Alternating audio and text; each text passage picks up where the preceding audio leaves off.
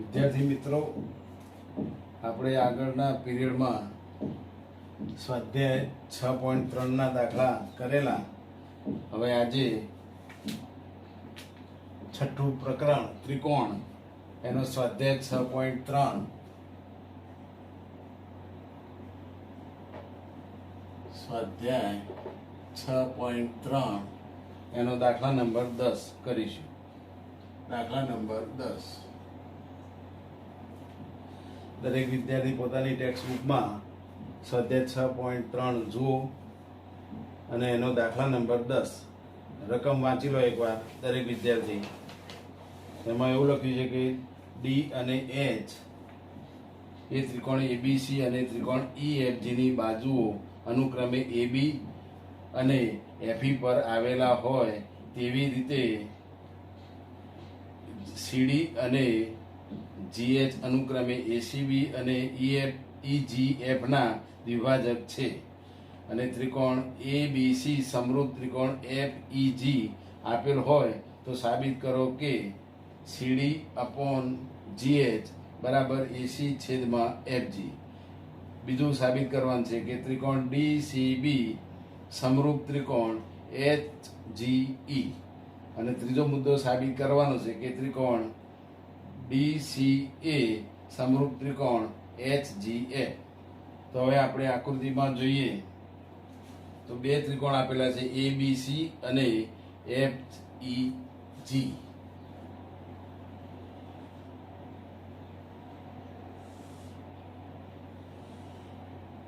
ત્રિકોણ ABC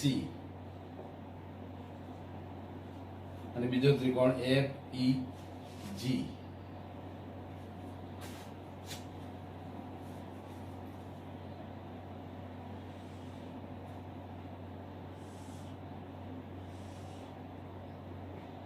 F E અને G. D અને એચ બે બિંદુ એવા આપેલા છે કે CD અને GH અનુક્રમે ACB અને EGF ના દ્વિભાજક બને. તો ખૂણા C નો દ્વિભાજક બને એ રીતે બિંદુ D આપેલું છે. આ બે ખૂણા સરખા. એ રીતે ખૂણા G નો દ્વિભાજક બને એ રીતે GH આપેલું છે.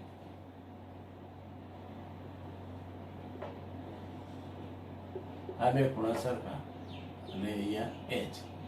એટલે H બિંદુ એ રીતે આપેલું છે કે ખૂણો FGE એનો દ્વિભાજક GH બને. અને અહીંયા D બિંદુ એ રીતે આપેલું છે AB ઉપર કે ખૂણા ACB નો દ્વિભાજક CD બને. તો આ બંને ખૂણા સરખા એટલે કે ACD અને BCD આ બંને ખૂણા સરખા છે. એ રીતે આમાં FGH અને ખૂણો EGH આ બંને ખૂણા સમાન છે. તો અને બીજું ત્રિકોણ ABC અને FEG સમરૂપ આપેલા છે. ત્રિકોણ ABC સમરૂપ ત્રિકોણ આપેલું છે કે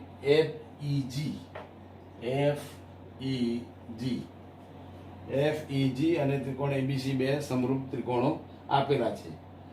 તો સાબિત કરો કે સાધ્ય. પહેલો મુદ્દો CD અપોન GH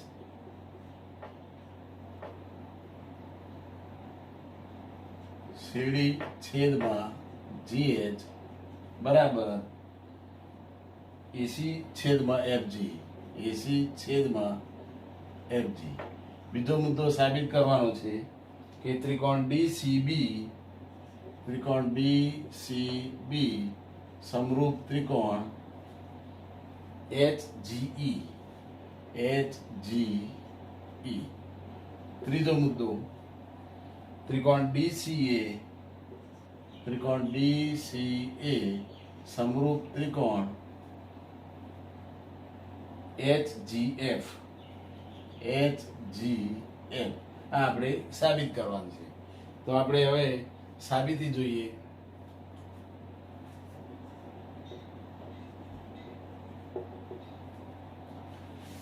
હવે જો ત્રિકોણ ABC અને ત્રિકોણ FEG ત્રિકોણ ABC અને ત્રિકોણ FEG બંને સમરૂપ ત્રિકોણ આપેલા છે, તો અનુરૂપ ખૂણા કેવા હોય? સમાન. એટલે કે ખૂણો A અને ખૂણો F સરખા, ખૂણો B અને ખૂણો E સમાન છે. એ રીતે ખૂણો C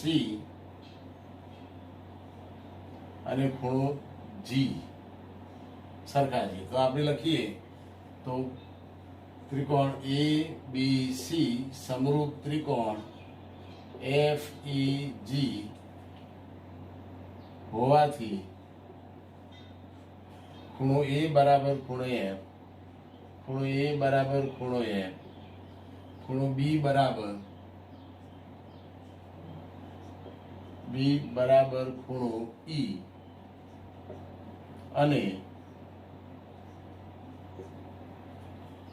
ACB અને FGE સરખા. ખૂણો ACB બરાબર આ ખૂણો FGE સરખા આપેલા છે. તો અનુરૂપ ખૂણા સમાન હોય, કેમ કે બે ત્રિકોણો સમરૂપ આપેલા છે. અને CDA ખૂણા ACB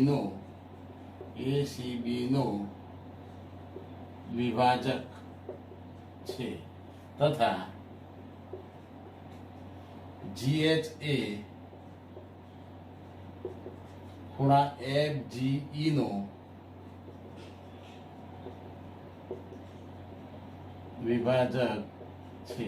માટે આપણે લખી શકીએ કે ખૂણો ACD અને BCD બે સરખા હોય. ખૂણો ACD બરાબર ખૂણો BCD, આ બે ટુકડા કેવા થાય? સરખા, કેમ કે આ CD વિભાજક છે. ખૂણો BCD અને એનું માપ આખા ACB કરતા અડધું હોય, 1/2 ખૂણો ACB. એ જ રીતે આ ત્રિકોણમાં આપણે લખી શકીએ કે ખૂણો FGH બરાબર આ ઉપરનો ખૂણો FGH, હવે નીચેનો ખૂણો HGE અથવા તો EGH જે લખી શકીએ. ખૂણો EGH, આ બે ખૂણા સરખા. તો આ બે ખૂણા સરખા હોય તો આખા FGE કરતા કેટલા હોય? અડધા, એટલે 1/2 ખૂણો FGE.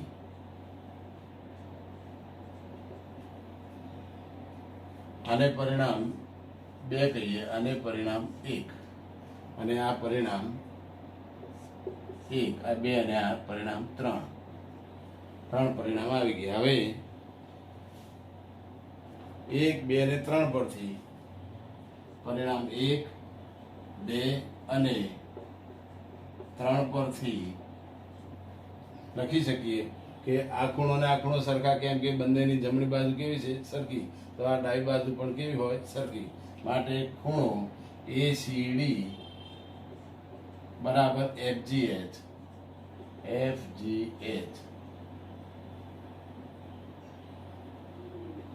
એ રીતે BCD અને EGH. ખૂણો BCD બરાબર ખૂણો EGH આપણે લખી શકીએ. એનું પરિણામ 4 આપી દઈએ. હવે બે ત્રિકોણ લઈ ગઈએ આપણે, ત્રિકોણ DCB અને ત્રિકોણ HGE. આ બે ત્રિકોણ માટે આપણે જોઈ લઈએ સમરૂપતા માટે. તો બંને ત્રિકોણ લખીએ તો ત્રિકોણ BCB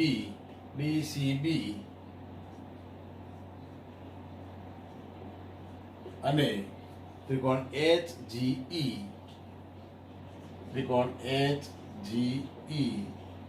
માં ખૂણો B અને E કેવા છે? સરખા.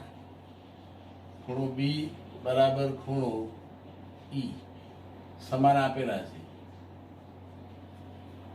B અને E આપેલા છે, બરાબર, જે આપણે પક્ષમાં આપેલ છે. હવે આ બે ખૂણા સરખા આવી ગયા. જો કયા બે ખૂણા? BCD અને EGH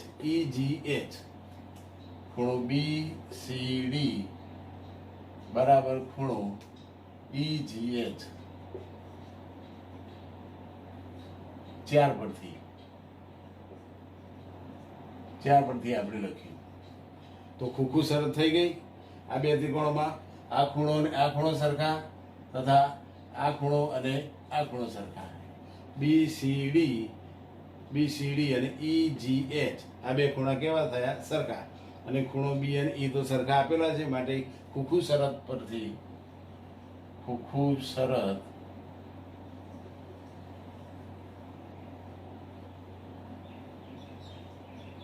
મુજબ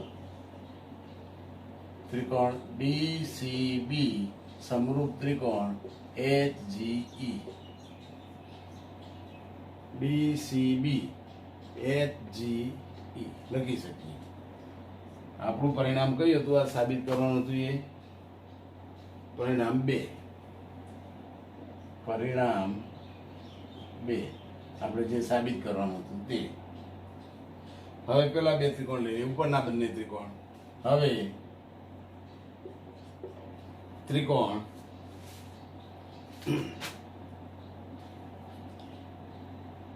ACD અથવા તો DCA, ત્રિકોણ DCA અને ત્રિકોણ HGF માં આવા બેગમાં ખૂણો A અને F કેવા છે? સરખા. ખૂણો A બરાબર ખૂણો F આપેલું છે તથા આપણે સાબિત કર્યું ACD એટલે આ ઉપરનો ખૂણો અને FGH એટલે આ ખૂણો.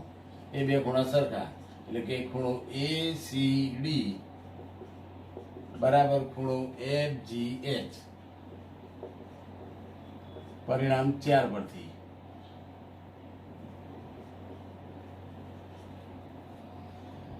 તો આપણે લખી શકીએ કે આ બે ત્રિકોણો ખૂખું શરત પ્રમાણે કેવા થયા? સમરૂપ. તેથી આપણે લખીએ કે ખૂખું શરત મુજબ આપણે લખી શકીએ DCA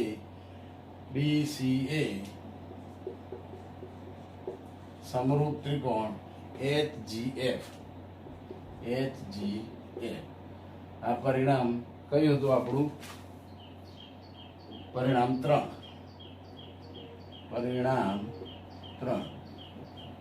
હવે જો ત્રીજું પરિણામ બાકી રહ્યું. જો CD એની નીચે GH કહી શકીએ અનુરૂપ બાજુ સમપ્રમાણ. તો CD છેદમાં GH બરાબર આ બંને AC છેદમાં FG અનુરૂપ બાજુઓ સમપ્રમાણ લખી શકીએ. પહેલા બે અક્ષરોનો ઉપયોગ કરીએ તો CD છેદમાં GH અને છેલ્લા બે અક્ષરનો ઉપયોગ કરીએ તો AC છેદમાં FG, જે આપણું પરિણામ 1 સાબિત થઈ ગયું. તો 3 પરિણામ આપણે સાબિત કરી શકીએ. હવે સ્વાધ્યાય 6.3 નો દાખલા નંબર 11. હવે આકૃતિ રકમમાં આપેલી છે કે ત્રિકોણ ABC અને બીજો ત્રિકોણ EFC. અહીંયા રકમમાં કહી છે, જુઓ કે E એ સમદ્વિબાજુ ત્રિકોણ ABC ની લંબાવેલી બાજુ. E એ સમદ્વિબાજુ ત્રિકોણ, આ સમદ્વિબાજુ ત્રિકોણ છે એટલે AB અને AC બે બાજુ કેવી છે? સમાન. E એ સમદ્વિબાજુ ત્રિકોણ ABC ની લંબાવેલી બાજુ CB. આ CB ને લંબાવી અને લંબાવેલી બાજુ CB પર આવેલું બિંદુ છે. E એ લંબાવેલી બાજુ પરનું બિંદુ છે. AB બરાબર AC. AB અને AC આપેલું છે. AB બરાબર AC એવું રકમમાં આપી દીધું છે. અને AD લંબ BC આપેલો છે BC ને, અને બીજું આપેલું છે કે EF લંબ AC. EF એ AC ઉપરનો લંબ છે. તો સાબિત કરો કે સાધ્ય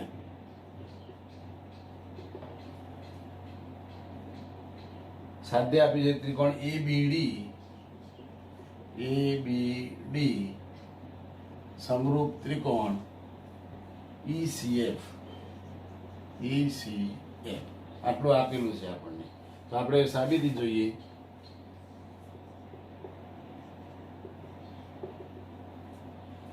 ત્રિકોણ ABC માં બે બાજુ સરખી આપેલી છે, AB બરાબર AC. તો હવે સરખી બાજુની સામેના ખૂણા કેવા હોય? સરખા. તો AB ની સામેનો ખૂણો C અને AC ની સામેનો ખૂણો B. B અને C ખૂણા કેવા હોય? સરખા. એટલે કે ABC બરાબર ACB. હવે ABC ખૂણાને આપણે ABD ખૂણો કેવો હોય તો કહી શકીએ. ખૂણો ABD બરાબર ACB ખૂણાને FCE ખૂણો કેવો હોય તો પણ કહી શકીએ, અથવા તો ECF ખૂણો ECF. આ પરિણામ 1. ફરીથી સમજી લો. બે બાજુઓ સરખી આપેલી છે, એટલે કે સમદ્વિબાજુ ત્રિકોણ આપેલો છે કે AB બરાબર AC. AB અને AC સરખી છે, તો સરખી બાજુની સામેના ખૂણા કેવા હોય? સરખા. તો AB ની સામેનો ખૂણો C અને AC ની સામેનો ખૂણો B. એ બે સરખા, એટલે કે ખૂણો ABC અને ખૂણો ACB સરખા છે. હવે ABC ખૂણાને આપણે ABD ખૂણો પણ કહી શકીએ. એ રીતે ACB ખૂણાને આપણે ખૂણો ECF પણ કહી શકીએ. એટલે આ પરિણામ 1. આ કેવી રીતે લખી શક્યા કે બિંદુ E એ લંબાવેલી બાજુ CB પરનું બિંદુ છે, તથા F એ AC પરનું બિંદુ છે. F એ AC પરનું બિંદુ છે. હવે AD લંબ BC આપેલો છે, તો AD લંબ BC આપેલો હોવાથી સમદ્વિબાજુ ત્રિકોણ છે, એટલે AD લંબ BC આપણે કહી શકીએ કે AD લંબ BC. હવે AD BC ને લંબ હોય તો ADB ખૂણો કેવો થાય? કાટખૂણો. માટે ખૂણો ADB બરાબર 90 આપણે કહી શકીએ. એ જ રીતે આ ત્રિકોણમાં EF લંબ AC, EF લંબ AC માટે ખૂણો EFC, માટે ખૂણો EFC બરાબર 90. બંને ખૂણા આપણે કાટખૂણા કહી શકીએ. હવે બે ત્રિકોણો લઈએ. ત્રિકોણ ABD. હવે ત્રિકોણ ABD અને આ બાજુનો ત્રિકોણ ABD નાનો ત્રિકોણ લીધો આપણે. ABD અને ECF માં ત્રિકોણ ECF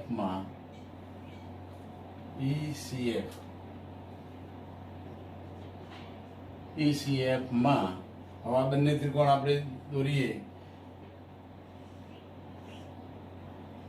એક ત્રિકોણ આપે છે ADB, બીજો ત્રિકોણ આ દોરીએ આપણે.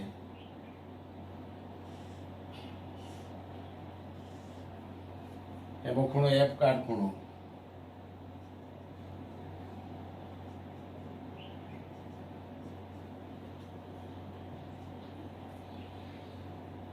ખૂણો F કાટખૂણો, ખૂણો D કાટખૂણો. આ બંને કાટખૂણા આપેલા છે આ બે ત્રિકોણમાં. ત્રિકોણ ABD દોરે મેં, ABD.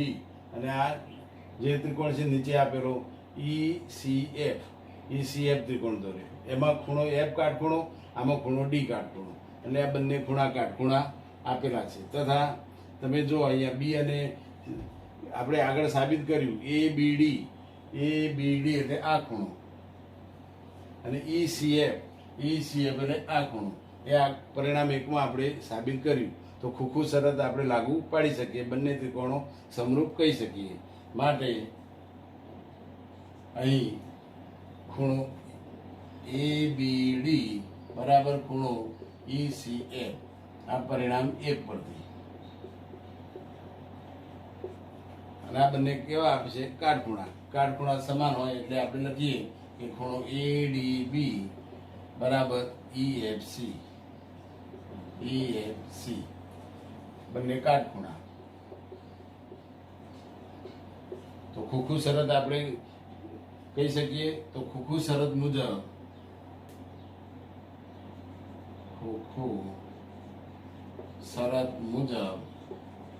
આ બંને ત્રિકોણો કેવા થઈ ગયા? સમરૂપ. એટલે કે ત્રિકોણ ABD સમરૂપ ત્રિકોણ ECF આપણે લખી શકીએ, જે આપણે સાબિત કરવાનું હતું સાધ્યમાં. ABD અને ECF સમરૂપ થાય. હવે દાખલા નંબર 12. રકમ જુઓ દરેક વિદ્યાર્થી. કે ત્રિકોણ ABC ની બાજુ AB અને BC તથા મધ્યગા AD અનુક્રમે ત્રિકોણ PQR ની બાજુઓ PQ, QR અને મધ્યગા PM ને સમપ્રમાણમાં છે. તો સાબિત કરો કે ત્રિકોણ ABC અને PQR સમરૂપ ત્રિકોણ છે. તો આપણે બે ત્રિકોણ દોરી દઈએ. ત્રિકોણ ABC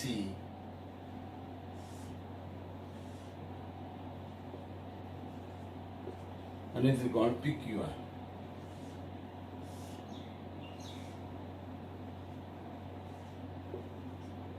અહીંયા આપેલું છે મધ્યગા AD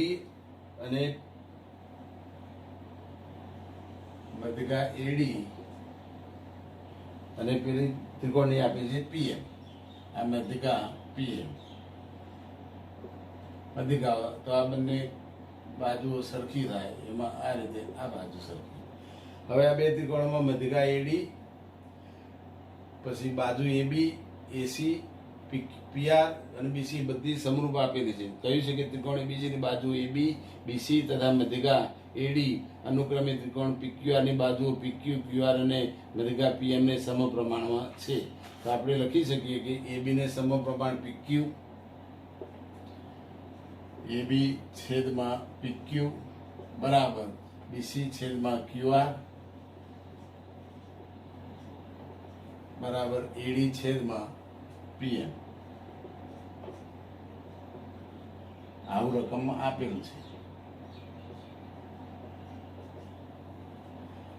AB છેદમાં PQ, BC છેદમાં QR અને AD છેદમાં PM. આવું રકમમાં આપી દીધું છે. તો હવે આપણે લખી શકીએ કે BC એમાં AD મધ્યગા હોવાથી D મધ્ય બિંદુ થાય. તો BD અને DC સમાન થાય. તો BD નું માપ એટલે આખા 1/2 BC કરતા અડધું હોય. તો અહીંયા ઉપર નીચે 1/2 વડે ગુણી દઈએ. સાબિતી AB છેદમાં PQ બરાબર BC છેદમાં QR બરાબર AD છેદમાં PM. AB છેદમાં PQ એમના એમ રાખો. આમાં 1/2 વડે ગુણી દો. 1/2 BC નીચે પણ 1/2 વડે ગુણો તો 1/2 QR બરાબર AD છેદમાં PM. હવે D એ BC નું મધ્ય બિંદુ છે. તો આપણે લખીએ કે ત્રિકોણ ABC માં AD મધ્યગા છે માટે બિંદુ D એ BC નું મધ્ય બિંદુ છે. એટલે આપણે લખી શકીએ કે 1/2 BC બરાબર BD.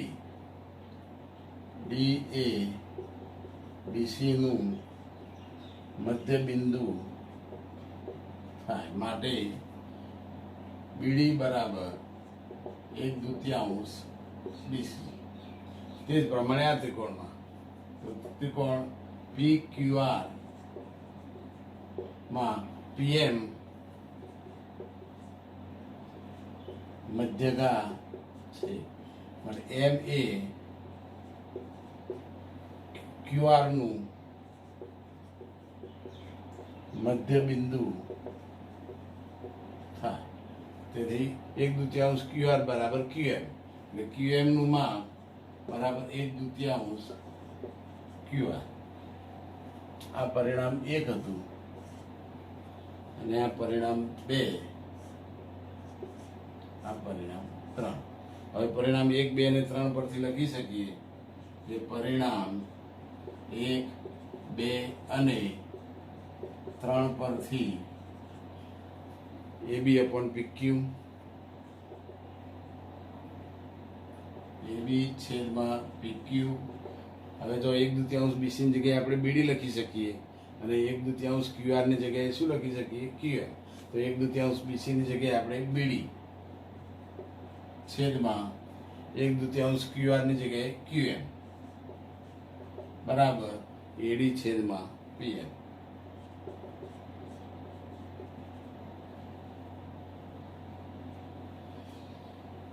હવે ત્રિકોણ, બે નાના ત્રિકોણ લઈ લઈએ. જો આ ત્રિકોણ ABD અને આ બાજુ ત્રિકોણ PQM. આ બંને ત્રિકોણમાં તો આપણે લખીએ કે ત્રિકોણ ABD અને ત્રિકોણ PQM સમરૂપ. ત્રિકોણ ABD સમરૂપ ત્રિકોણ PQM. કઈ શરત? બા બા બા. અનુરૂપ બાજુ સમપ્રમાણ છે એટલે શરત બા બા અને બા. બા બા શરત મુજબ બંને ત્રિકોણો કેવા થાય? સમરૂપ. હવે ત્રિકોણો સમરૂપ હોય તો અનુરૂપ ખૂણા પણ કેવા થાય? સરખા. એટલે કે ખૂણો ABD બરાબર આ ખૂણો PQM. ખૂણો PQM. આ ખૂણો B અને ખૂણો Q, બે ખૂણા સરખા. એટલે ABC, આ B ખૂણાને આપણે ABD ખૂણાને બોલવો હોય તો ABC પણ કહી શકીએ. એટલે ખૂણો Q એ PQM ખૂણો, તો PQM ખૂણાને PQR ખૂણો પણ કહેવાય. તો આપણે લખી શકીએ ABD ની જગ્યાએ ABC, ખૂણો ABC બરાબર PQM, PQM ની જગ્યાએ PQR, ખૂણો PQR લખી શકીએ. એટલે આ બે ત્રિકોણમાં આ ખૂણા કેવા થયા? સરખા. હવે ત્રિકોણ ABC અને ત્રિકોણ PQR માં AB છેદમાં PQ આપેલું છે. તો AB છેદમાં PQ બરાબર BC છેદમાં QR, BC છેદમાં QR તથા બંને ખૂણા સરખા છે, અંતર્ગત ખૂણા.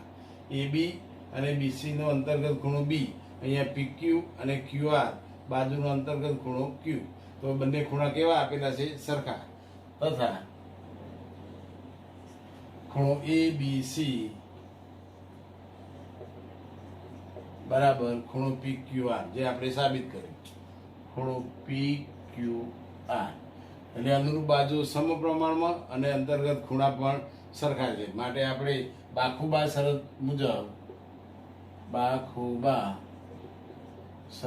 મુજબ આપણે લખી શકીએ કે ત્રિકોણ ABC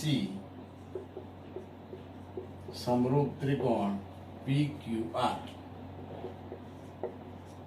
જે આપણે સાબિત કરવાનું હતું.